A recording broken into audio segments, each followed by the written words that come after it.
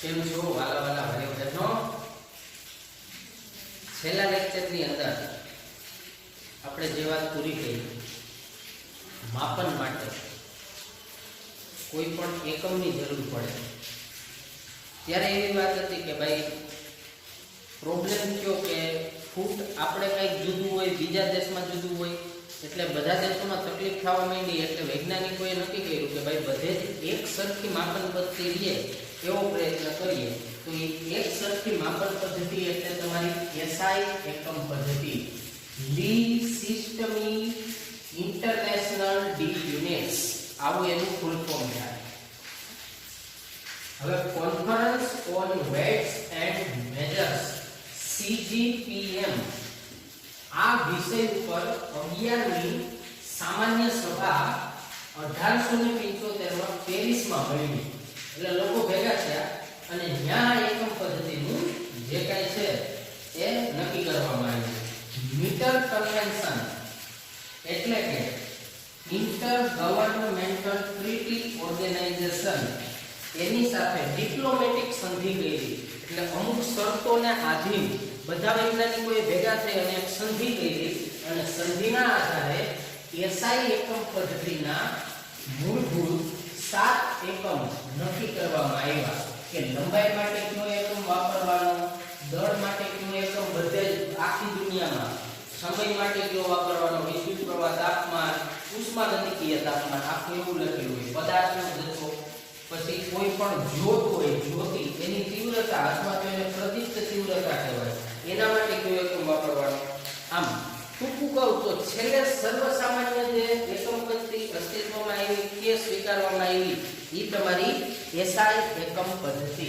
Okay, તો દીકરાઓ આ બધી વાત છે એ માત્ર માહિતી માટે છે, એનો કોઈ મતલબ નથી અને ક્યાંય યાદ રાખવાની નથી. યાદ માત્ર આ 7 મૂળભૂત રાશિનું કોષ્ટક રાખવાનું છે. હવે આ કોષ્ટકની નીચે તમારે ટેક્સ્ટબુકમાં એના માપ આ કઈ બધું આપ્યું છે, બરાબર, પણ એની ચર્ચા આપણે અત્યારે નહીં કરીએ. એના અમુક કારણો છે જે હું તમને વિસ્તૃતતાથી સમજાવું એટલે તમને ખ્યાલ આવશે. મિત્રો, 29 જુલાઈ 2020 અને 30 જુલાઈ 2020 આ બે દિવસે ગુજરાત રાજ્યના જે શિક્ષણ વિભાગ છે એના દ્વારા એવું નક્કી થયેલું છે કે એકમ કસોટી લેવાની. શું લેવાની? એકમ કસોટી. ઓકે, એકમ કસોટીનું આયોજન કરવાનું, જેમાં આપણું રસાયણ વિજ્ઞાન છે એટલે કે કેમિસ્ટ્રી છે એનું ચેપ્ટર નંબર 1 અને ચેપ્ટર નંબર 2, આ બે ચેપ્ટરમાંથી 25 માર્ક્સનું એક પેપર તમારે લોકોએ ભરવાનું છે, જેને એકમ કસોટી એવું નામ આપ્યું છે. આ એક સરકારશ્રીનો પ્રોગ્રામ છે. તો આપણું અત્યારે પ્રાથમિક ધ્યેય એ છે કે આપણે 30 તારીખ પહેલા આ પહેલું અને બીજું ચેપ્ટર એવી રીતે પૂર્ણ કરીએ કે જેથી એના અગત્યના અને આઈએમપી ટોપિક આપણે આવી જાય, જેથી એની એકમ કસોટી તમે લોકો ભરી શકો. જો મિત્રો, મેં વાત આ ચાલુ ત્યાંથી કરી હતી કે આની નીચે જે મોટું કોષ્ટક છે એ અત્યારે નહીં ભણીએ, એનો મતલબ ખાવ નહીં ભણીએ એવું નથી. એ નીટમાં કામનું છે.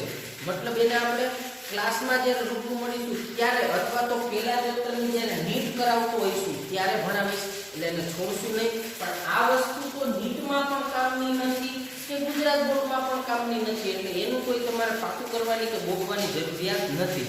અને આ ચેપ્ટરની અંદર હું હવે જે ટોપિકો હકાવીશ એમાં થોડું ક્રમમાં ફેરફાર કરીશ. એ મારી રીતે જે ટોપિક બાકી રહી જશે એને પણ ભણશું, પણ પાછળથી ભણશું. અત્યારે અગત્યના છે એને ભણશું. તો આવો કંઈક ફેરફાર હું કરવાનો છું, જે આપને ખ્યાલ હોવો જોઈએ કે આવું શું કામે સાહેબ કરે છે. કારણ કે આપણા 2 દિવસની એકમ કસોટીને ધ્યાનમાં રાખી અને આ વસ્તુ કરવાની છે. એવું નથી કે આ દિવસે પહેલો પાઠ, આ દિવસે બીજો પાઠ, એવું નથી. એક જ દિવસમાં 2 પાઠ છે. એક દિવસ તમારું કેમેસ્ટ્રી હશે તો બીજે દિવસે ફિઝિક્સ હશે. આ કદાચ આમ આડા અવળું થઈ શકે, બરાબર, પણ જે વિષયની એકમ કસોટી તમારી આ તારીખોમાં લેવાની છે એને અનુસંધાને આપણે અત્યારે કોર્સ આગળ હકાવીએ છીએ અને આ બધી વસ્તુ તમને જ્યાં પણ પ્રોબ્લેમ થશે એ જ્યારે તમે આપણી સ્કૂલ ચાલુ થશે ત્યારે હું ફરી પાછો કરાવવાનો જ છું. એટલે કોઈ ચિંતા ના કરતા શાંતિથી ભણો. હું જે સૂચના આપતો જાઉં એ રીતે ભણતા જાઓ. અત્યારે જે બિનજરૂરી ભાગ છે એને આપણે પછીથી કરશું, અત્યારે એમાં બહુ ધ્યાન નહીં દઈએ. ઓકે, તો હવે મૂળભૂત 7 એકમ કોણે આપ્યા? એસઆઈ એકમ પદ્ધતિવાળાએ. તો ઈ 7 એકમ પૈકી પહેલો છે લંબાઈ. તો આ લંબાઈ છે એ તમારી રાશિ થઈ, ભૌતિક રાશિ. આ જે છે એ તમારી રાશિની સંજ્ઞા. આ મીટર એનો એકમ થયો અને એમ જે છે એ તમારા એકમની સંજ્ઞા છે. બરાબર? તો રાશિનું નામ લંબાઈ. ઈ રાશિની સંજ્ઞા તો કે સ્મોલ l, લંબાઈને l, લેન્થ ઇંગ્લિશમાં. એનો એકમ મીટર અને મીટરની સંજ્ઞા સ્મોલ l. બીજી રાશિ છે દળ. તો દળ એટલે માસ, સ્મોલ l. દળની સંજ્ઞા માસ. એકમ એનો કિલોગ્રામ, સંજ્ઞા કેજી. ત્રીજી છે સમય. સમય એટલે ટાઈમ. તો ટાઈમ જે છે એનું ટૂંકા કરી લીધું કે સ્મોલ t. તો રાશિની સંજ્ઞા સ્મોલ t. સમયનો એકમ થાય સેકન્ડ. તો સેકન્ડની સંજ્ઞા સ્મોલ s. વિદ્યુત પ્રવાહ I વડે દર્શાવવામાં આવે છે. ઓકે, એકમ થશે એનો એમ્પિયર. એમ્પિયરની સંજ્ઞા થશે A. તો પહેલા એ રાશિ છે, પછી એની રાશિની સંજ્ઞા, પછી એનું એકમનું નામ ને એકમની સંજ્ઞા. તાપમાન એટલે ટેમ્પરેચરનો T, એનો એકમ કેલ્વિન, સંજ્ઞા કે. પદાર્થનો જથ્થો. આ તાપમાનને ઘણી વખતે આવી રીતે પણ એમાં લખેલું છે કે ઉષ્મા ગતિકીય તાપમાન. તો એક જ સાથે પદાર્થનો જથ્થો એને n વડે દર્શાવ્યો, સ્મોલ n. જથ્થાને કીધો છે મોલ, એકમ થશે મોલ. પ્રદીપ્ત તીવ્રતા એટલે કે જ્યોતિ તીવ્રતા. તો જ્યોતિ તીવ્રતા જે છે એનો સંજ્ઞા થશે IV, એકમનું નામ કેટેલા અને એકમની સંજ્ઞા થશે CD. તો મિત્રો આ તમારી મૂળભૂત 7 રાશિઓ થઈ. આ 7 રાશિઓ જે છે એ 7 રાશિઓ તમને ઘણા બધા દાખલા, ઘણા બધા માપક્રમો જાણવામાં, સમજવામાં મદદરૂપ થશે. અને આ 7 રાશિઓ કે જે એસઆઈ એકમ પદ્ધતિના મૂળભૂત એકમ તરીકે ઓળખવામાં આવે છે. આને એસઆઈ એકમ પદ્ધતિમાં પ્રમાણિત કરેલી છે અને બધા જ દેશોની અંદર આ રાશિઓ વાપરવામાં આવે છે. અને જેથી કરીને સર્વસામાન્ય બધી જ જગ્યાએ એક જ સરખું માપન રહે. ઓકે દીકરાઓ, તો આ વાત હતી આપણા આજના લેક્ચરનો પહેલો ભાગ કે રાશિઓ બધી કેવી રીતે નક્કી થઈ. પછી મેં કીધું એની નીચેનું કોષ્ટક છે જે આપણે પછીથી ભણશું. હવે આપણે જુદી જુદી રાશિની થોડી માહિતી લઈ અને સીધા જ જતા રહેશું આપણા રાસાયણિક સંયોગીકરણના નિયમો ઉપર. એ પહેલાં તાપમાન, એમાં ફેરનહીટ છે, સેલ્સિયસ છે, કેલ્વિન છે, જે મેં તમને કરાવી દીધેલું છે. જે વસ્તુ ફરી પાછી અહીંયા આવે છે તો એનો પણ થોડો ઘણો અભ્યાસ કરીશું. અને પછી આપણે સીધું આપણા આ ચેપ્ટરનું જે થિયરીનો વિભાગ છે, મેં તમને શરૂઆતમાં કીધું ને કે ચેપ્ટર 2 વિભાગમાં વહેંચાયેલું છે. એક ભાગ છે થિયરિટિકલ ભાગ છે, બીજો ભાગ છે દાખલાઓનો વિભાગ છે. દાખલાઓ માટે જે વસ્તુ જરૂરી છે એ પણ મેં આપણને કરાવી દીધી છે. તમે જો ધીમે ધીમે ભણતા જાઓ, પહેલું ચેપ્ટર કેમ પૂરું થશે ને ખબર નહીં પડે. તો હવે પછીના વિભાગની અંદર આપણે તાપમાન, લંબાઈ, દળ, જથ્થો, આ બધી બાબતો કઈ રીતે માપવામાં આવે છે, ઘનતાનું સૂત્ર શું થાય, આની થોડીક માહિતી લઈ અને પછી આપણે આપણા નવા વિભાગ તરફ આગળ જશું, જે આપણો થિયરીનો વિભાગ છે. ચાલો બાળકો, હવે તમને જે દેખાય છે આ બહુ મહત્વની વાત છે. દાખલા માટે, MCQ માટે અગત્યનું છે. એસઆઈ એકમ પદ્ધતિમાં વપરાતા પૂર્વકોની વાત કરી છે અને પ્રત્યય જે છે હું વિડીયોને લોક કરી દઉં. ઓકે, અત્યારે જે તમારી સ્ક્રીન ઉપર તમને દેખાય છે એ જે કોષ્ટક છે આખું એ કોષ્ટક છે એસઆઈ એકમ પદ્ધતિમાં વપરાતા પૂર્વકોની વાત થઈ રહી છે.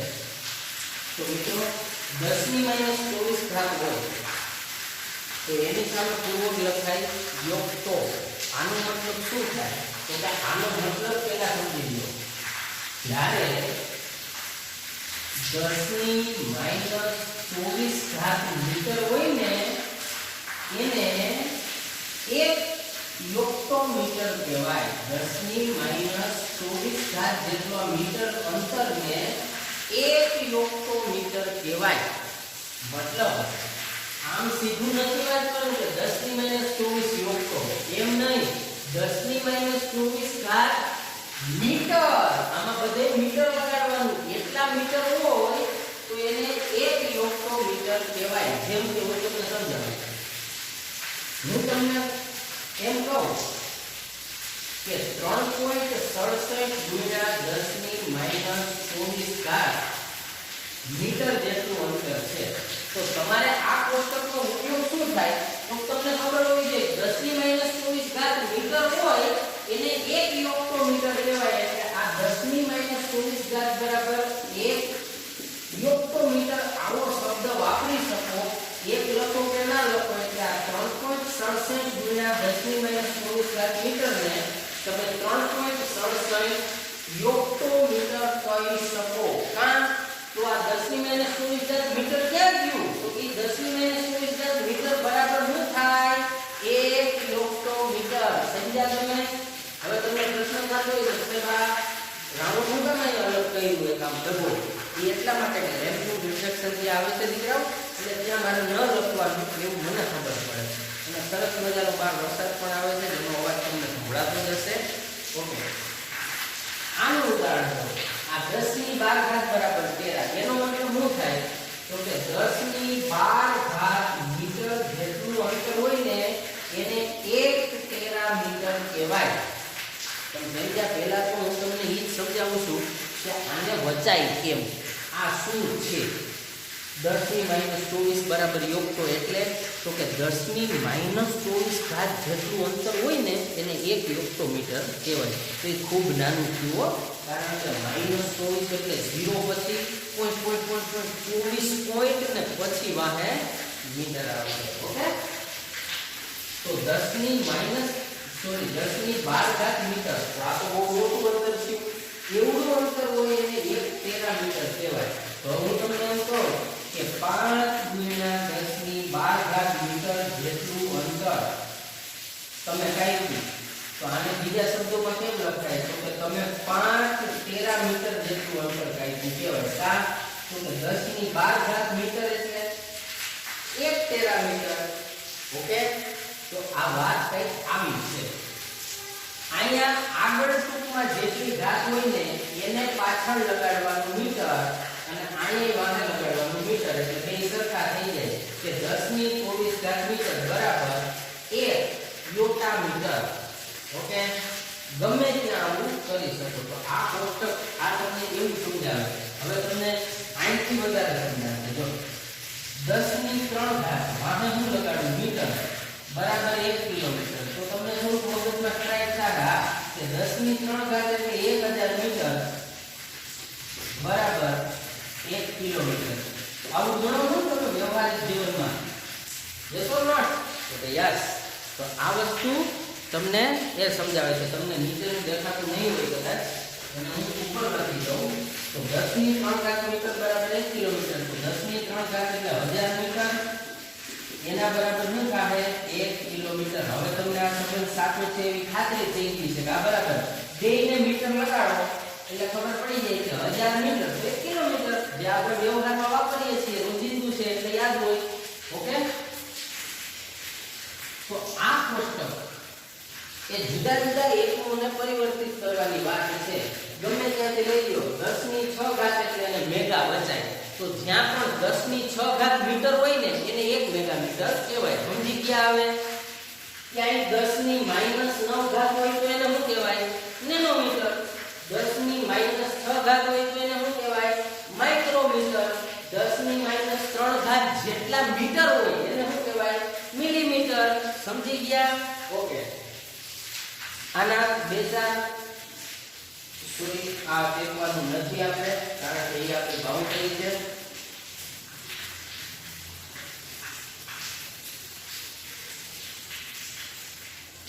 તો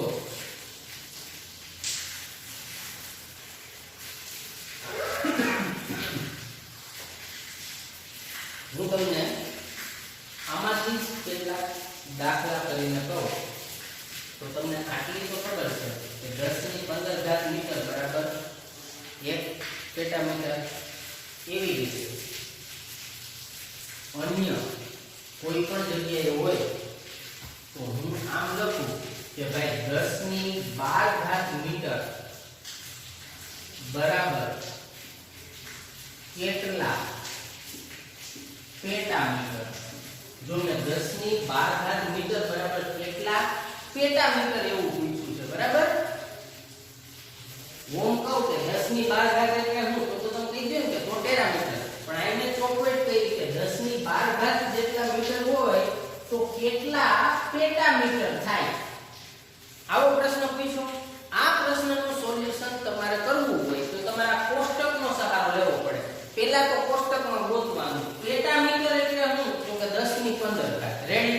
તો તમારે પહેલા આમ લખ નાખવાનું ત્રિરાશિ કે 10⁻15 મીટર હોય ને એના બરાબર 1 પેટામીટર થાય. આમે ક્યાંથી લખ્યું તમે જ કયો જોઈ તો કોષ્ટકમાંથી જોઈ લખ્યું કે 10⁻15 મીટર બરાબર 1 પેટામીટર. ઈ અહીંયા તૈયાર છે. રેડી? મેં પ્રશ્ન શું પૂછ્યો કે 10⁻12 મીટર હોય તો કેટલા પેટામીટર. ઓકે, તો આ 10⁻15 હોય તો 1 પેટામીટર. તો હવે પૂછ્યું કેટલું? 10⁻12. તો તમારે લખવાનું તો 10⁻12 મીટર બરાબર કેટલા પેટામીટર. આવો પ્રશ્ન ત્રિરાશિ કે 10⁻15 મીટર એ 1 પેટામીટર. તો 10⁻12 મીટર એ કેટલા પેટામીટર. આ છેદમાં ચોકડી ગુણાકાર, આ અંશમાં. ચાલો અંશમાં 2 આવશે તો 10⁻12 મીટર ગુણ્યા 1 પેટામીટર ના છેદમાં 10⁻15 મીટર. શું આવું? Metre meter cancel. 10⁻15 ઉપર જાય એટલે માઈનસ થઈ જાય, તો ઉપર 10⁻12 છે એને ગુણાકારમાં 10⁻−15 અને વાહે એકમ શું આવ્યો? પેટામીટર. તો 10⁻+12 10⁻−15 તો વિધિ કેટલી? 10⁻³ આ બેની બાદબાકી કરો તો -3 પેટામીટર. તો મારા પ્રશ્નનો જવાબ આવ્યો કે 10⁻12 મીટર જેટલું અંતર હોય તો કેટલા પેટામીટર થાય? તો એનો અર્થ થાય 10⁻³ પેટામીટર થાય. તમારે માત્ર ને માત્ર એમાં ત્રિરાશિ જ મૂકવાની છે. હજી એક આવો તમને હું કરાવું.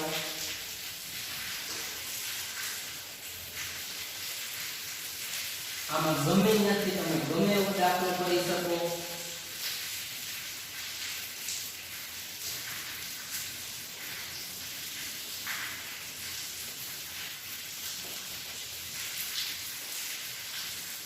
ચાલો તમને મજા આવે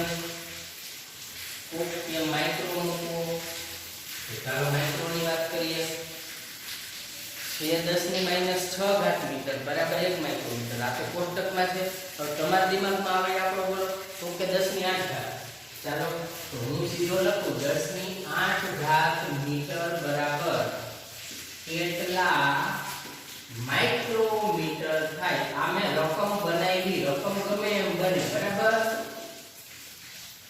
મેં લખ્યું 10⁻⁻, તમે +8 થઈ દીધું. કેમ? 10⁻+8 મીટર હોય તો કેટલા માઇક્રોમીટર.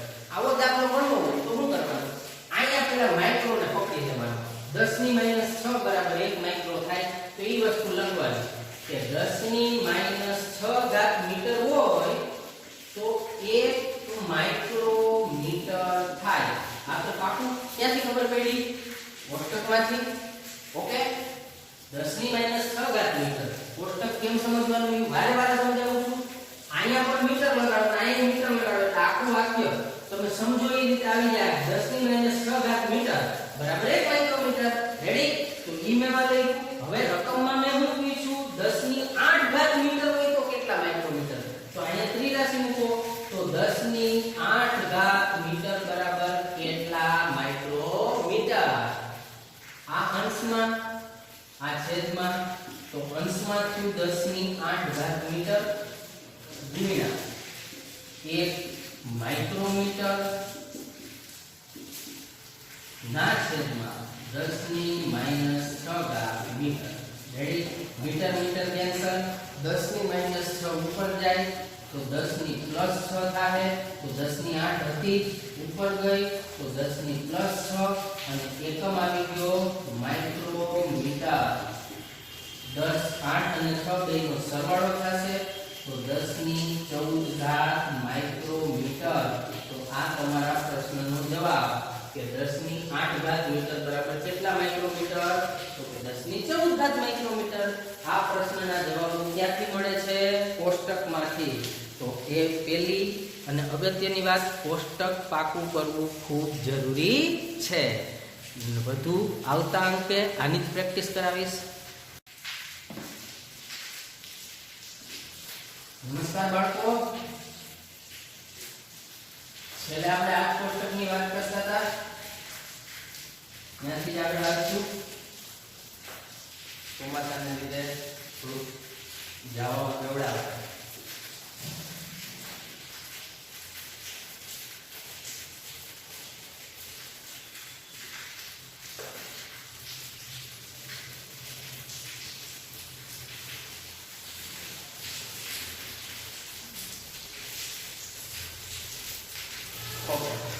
કોષ્ટક કેમ વચાઈ યાદ છે ને ખાસ હું હજી બીજા લેક્ચરમાં પણ આ વસ્તુ કહું છું એનું કારણ છે મિત્રો આ અગત્યનું છે કોષ્ટક વાંચવાનું કેમ વાંચવાનું મારી હારે હારે વાંચવાનું ચાલો પહેલેથી વાંચતા જાઓ 10 ની -24 ઘાત મીટર બરાબર 1 યોક્ટોમીટર આની સંજ્ઞા y z a f p આ બધી સંજ્ઞાઓ ઓકે સંજ્ઞા એટલી અગત્યની નથી જેટલું આ અગત્યનું છે માઇક્રોમાં આવી સંજ્ઞા હશે નેનોમીટરમાં nm હશે એ આપણે જ્યારે આવશે ત્યારે જોઈ લેશું તમારે જોઈ લેવાની છે એકવાર પણ સંજ્ઞા કરતા ખાસ અગત્યના બધા એકમો છે ચાલો લીધો 10 ની -21 એવું જ એમાં તો લખેલું પણ વાહે શું લગાડવાનું મીટર બરાબર 1 ઝેપ્ટોમીટર આવડી ગયું વાંચતા 10 ની -18 ઘાત મીટર બરાબર 1 એટોમીટર 10 ની -15 બરાબર 1 ફેમ્ટોમીટર 10 ની -12 ઘાત મીટર બરાબર 1 પાઇકોમીટર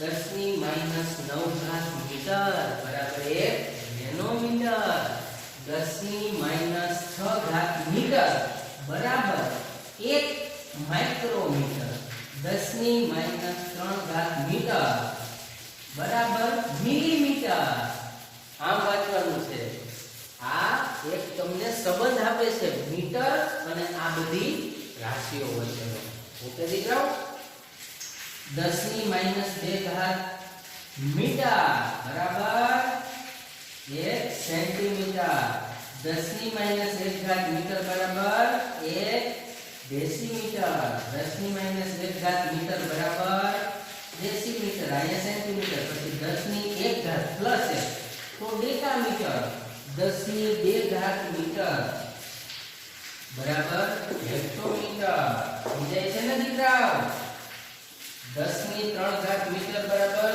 કિલોમીટર 10 ની 6 ઘાત મીટર બરાબર મેગામીટર 10 ની 9 ઘાત મીટર બરાબર ગીગામીટર શું થશે ગીગામીટર ઓકે 10 ની 12 ઘાત મીટર બરાબર ટેરામીટર 10 ની 15 ઘાત મીટર બરાબર પેટામીટર 10 ની 18 ઘાત મીટર બરાબર હેક્સામીટર 10 ની 21 ઘાત આ બગડો છે 21 ઘાત મીટર બરાબર ઝેટામીટર અને 10 ની 24 ઘાત બરાબર યોટામીટર ચાલો એક દાખલો રેન્ડમલી અહીંથી આમ કરું દેશી વાળો તો 10 ની -6 ઘાત મીટર બરાબર કેટલા ડેસીમીટર ચાલો મેં શું પૂછ્યું ડેસીમીટર કેના બરાબર તો કે 10 ની -6 ઘાત કેટલા ડેસીમીટર? કોષ્ટકમાં શું છે?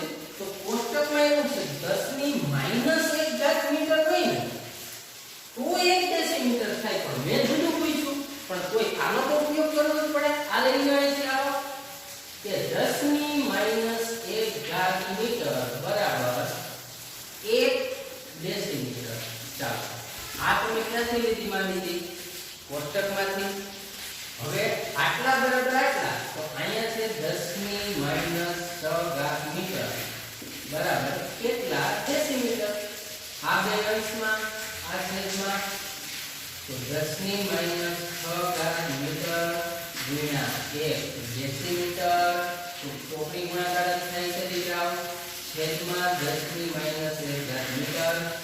ચાલો મીટર મીટર કેન્સલ, -1 ઉપર જાય તો +1, તો 10 ની -6 ગુણાકારમાં આ ઉપર જાય તો 10 ની +1 ને એકમ થશે ડેસીમીટર.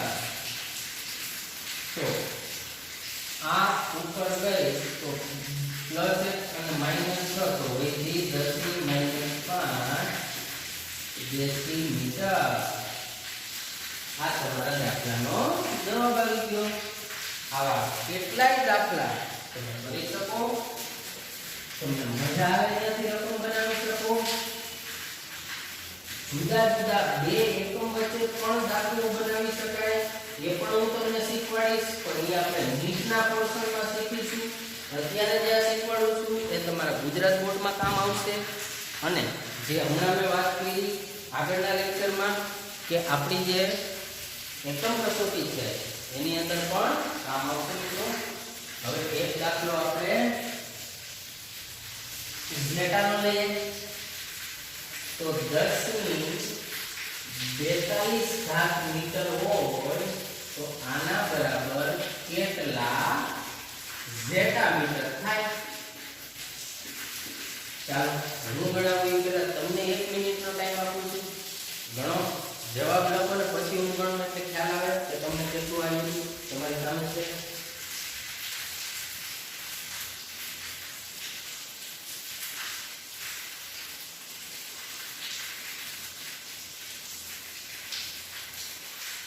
આવી ગયો જવાબ. ઘણા લોકોનો જવાબ આવી ગયો છે અને અત્યારે કહેતા પણ હશો કે આ સાહેબ આવી ગયો. પણ મિત્રો હું તમને જોઈ નથી શકતો, પણ મને વિશ્વાસ છે કે તમે સારામાં સારી રીતે સમજતા હશો. એટલે જ હું એકને એક વસ્તુ બહુ રિપીટ કરું છું સમજવા માટે, તમને સમજાવવા માટે કે તમને જરાય અઘરું ના લાગે. એકદમ સહેલું છે, મજા આવશે મિત્રો, આનંદથી ભણો. ચાલો જોઈએ. અહીંયા મેં ઝેટા મીટર પૂછ્યા તો તમારે અહીંયા ઝેટા વાળા પાસે હોઈ જવાનું. એક ઘેટા વાળા પાસે નહીં, ઝેટા વાળા પાસે. હા, શું છે ઝેટા?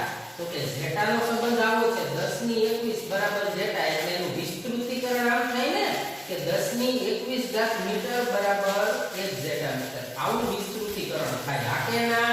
તો કે હા. ચાલો લખો કે 10 ની 21 ઘાત મીટર બરાબર 1 ઝેટા મીટર. તો અહીંયા રકમ કઈક આવી છે કે તો 10 ની 42 ઘાત મીટર હોય તો કેટલા ઝેટા મીટર? આ અંશમાં આ છેદમાં, તો 10 ની 42 ઘાત મીટર ગુણ્યા 1 ઝેટા મીટર, કારણ કે ચોકડી ગુણાકાર થયો, આ અંશમાં ગયું, આ બેનો ગુણાકાર, આ વસ્તુ છેદમાં આવી, 10 ની 21 ઘાત મીટર. મીટર મીટર કેન્સલ થઈ ગયા. 10 ની 42 ઘાત છે, 21 ઘાત અંશમાં ગઈ એટલે 10 ની -21 થઈ અને વાહે એકમ લાગ્યો ઝેટા મીટર. ચાલો 42 માંથી 21 જાય એટલે 10 ની 21 થાય અને વાહે ઝેટા મીટર. તો આ જવાબ છે 10 ની 42 ઘાત મીટર હોય તો કેટલા ઝેટા મીટર? તો કે 10 ની 21 ઘાત ઝેટા મીટર થાય. તો આ બધા એસઆઈ એકમ પદ્ધતિના પૂર્વકો હતા. આ તમામ પૂર્વકો મિત્રો યાદ રાખજો, કામ આવશે આવી રીતે દાખલા બનાવવામાં. સીધો માંથી વસ્તુ લઈ અને પ્રશ્ન પૂછવાનો, ઉતરી રાશિ મૂકો એટલે જવાબ. હજી એક છેલ્લું ઉદાહરણ પ્રેક્ટિસ માટે કરાવી દઉં છું, પછી હજી કરશું ક્લાસમાં મળશું ત્યારે. સમજજો મારા દીકરાઓ બરાબર.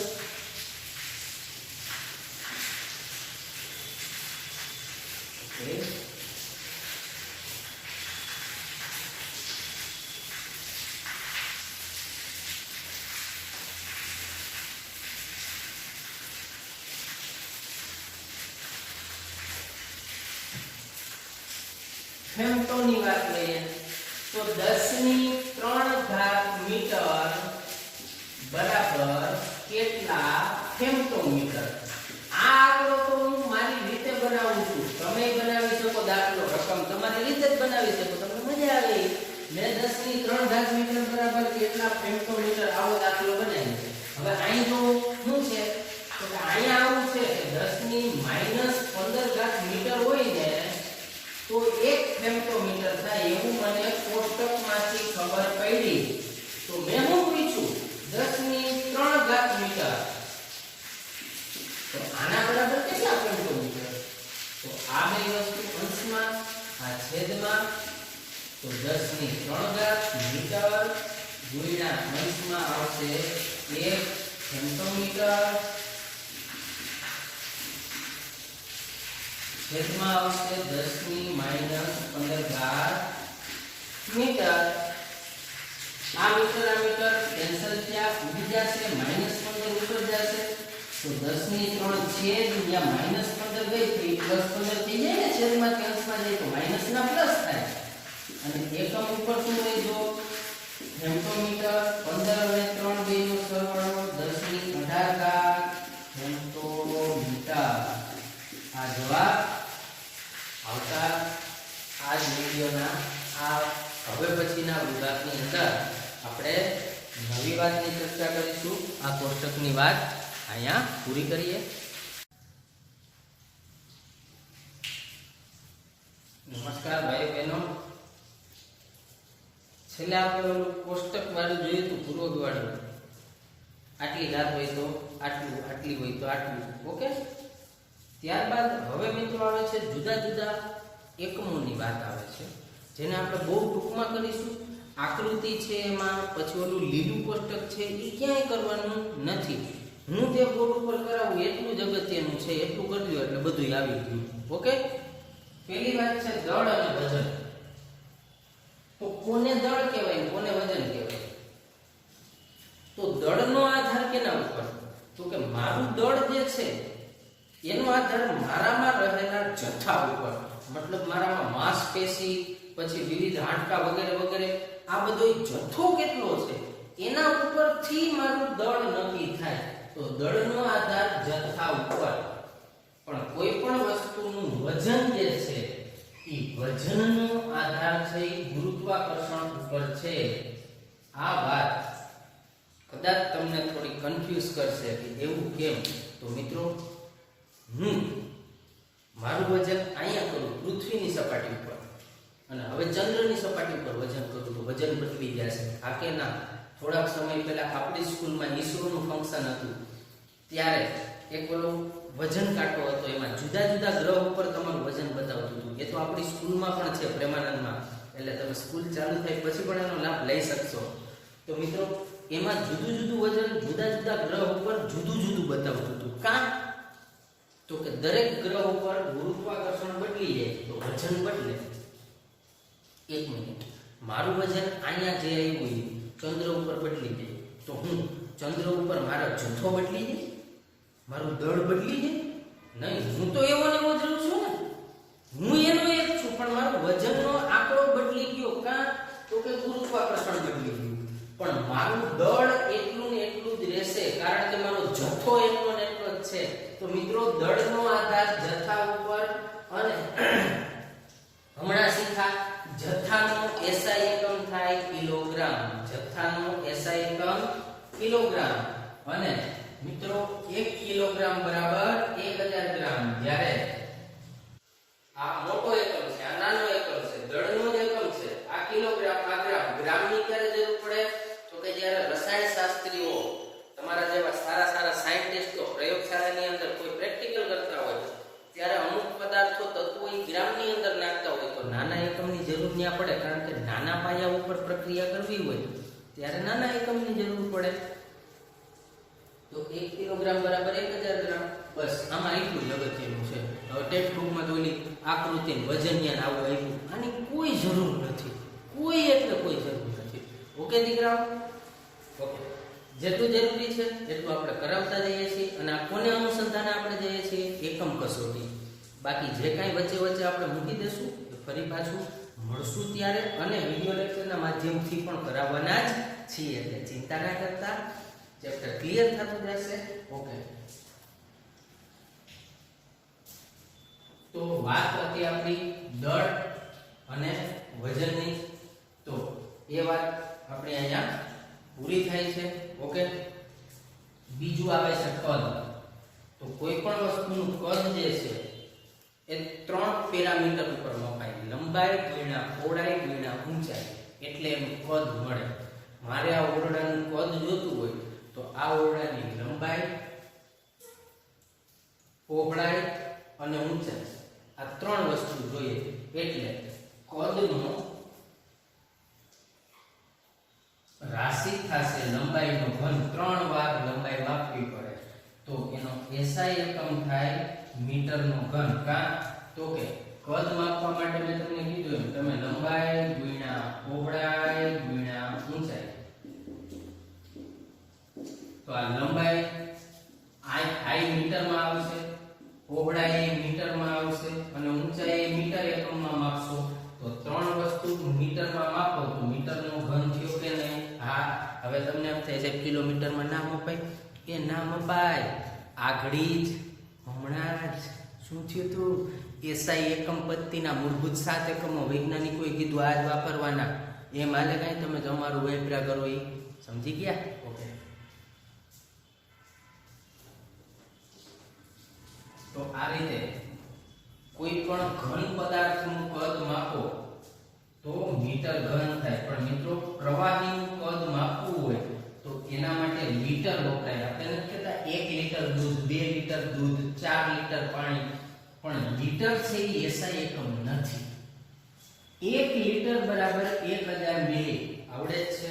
અને બીજું કહી દઉં, 1000 સેન્ટીમીટર ઘન હોય તો એને કહેવાય 1 ડેસીમીટર ઘન. આ બે સંબંધો યાદ રાખવાના. 1 લીટર બરાબર 1000 મિલી થાય અને 1000 સેન્ટીમીટર ઘન હોય તો 1 ડેસીમીટર ઘન થાય. ઓકે, કોઈ પણ પ્રવાહીનું કદ માપવું હોય તો કઈ રીતે મપાય? તો કે અંકિત નળાકાર. અંકિત નળાકાર એટલે તમે જોયું હશે આવું કોઈ પાત્ર હોય કાચનું, એમાં અંકિત કરેલું હોય કે અહીં સુધી ભરશો તો 100 મિલી થશે, અહીં સુધી ભરશો તો 200 મિલી, 300 મિલી, 400 મિલી. અંકિત એટલે એની ઉપર માપ લખેલા હોય એને અંકિત નળાકાર કહેવાય. શું કહેવાય? અંકિત નળાકાર. ઓકે દીકરાઓ, પછી બ્યુરેટ, પીપેટ, કદ માપક ફ્લાસ્ક, આ બધા સાધનો વગેરે વગેરેનો ઉપયોગ શામાં થાય છે? તો કે પ્રવાહીના કદ માપવા માટે. કોઈ પણ પ્રવાહીનું કદ માપવું હોય તો આ બધા સાધનોનો ઉપયોગ થાય છે. ઓકે દીકરાઓ, ત્યારબાદ આમાં જે છે એ બ્યુરેટ. બ્યુરેટ કેને કહેવાય? તો બ્યુરેટ આવી એક લાંબી કાચની નળી હોય. આ નળીમાં નીચે અહીંયા એક ચિત્તો હોય જેને પિંચ કોક કહેવાય. આ પિંચ કોકને ખોલો તો પ્રવાહી નીકળે, બંધ કરી દો તો ત્યાં લોક થઈ જાય. બ્યુરેટ. પછી પીપેટ, દ્રાવણને ચૂસીને લેવા માટે પીપેટ હોય. આ બધું આપણે લેબોરેટરીની અંદર જ્યારે પ્રેક્ટિકલ ચાલુ થશે પ્રયોગશાળાની અંદર ત્યારે ભણવાનું આવશે. બ્યુરેટ, પીપેટ આ બધા સાધનો આવશે તો ત્યારે એનું માહિતી મળી જશે. ઓકે દીકરાઓ, તો આજે બ્યુરેટ છે, પીપેટ છે, પિંચ કોક વાળી, પછી કદ માપક ફ્લાસ્ક. ફ્લાસ્ક એટલે એક પ્રકારનું કાચનું વાસણ. કદ માપક કે જે વાસણથી તમે કોઈ પણ વસ્તુનું કદ માપી શકો. શું કરી શકો? કદ માપી શકો. ઓકે દીકરાઓ, તો આ વાત હતી કદની. હવે આવે છે ઘનતા. તો ઘનતા જે છે એનો એકમ તમારે ઉપજાવવો પડે, મેળવવો પડે. હવે પહેલા તો ઘનતા કોને કહેવાય? ઘનતા કોને કહેવાય એ વસ્તુ તમારે સમજવી પડે. ઓકે, તો એ સમજવા માટે ઘનતા એટલે શું? તો કે દળના છેદમાં કદ.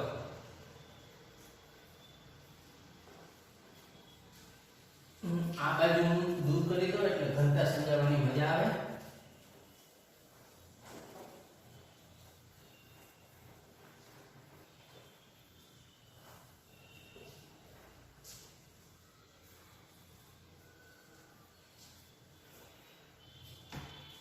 મિત્રો, ઘનતાની ગુજરાતી વ્યાખ્યા કંઈક આવી થાય કે એકમ કદમાં રહેલા દળને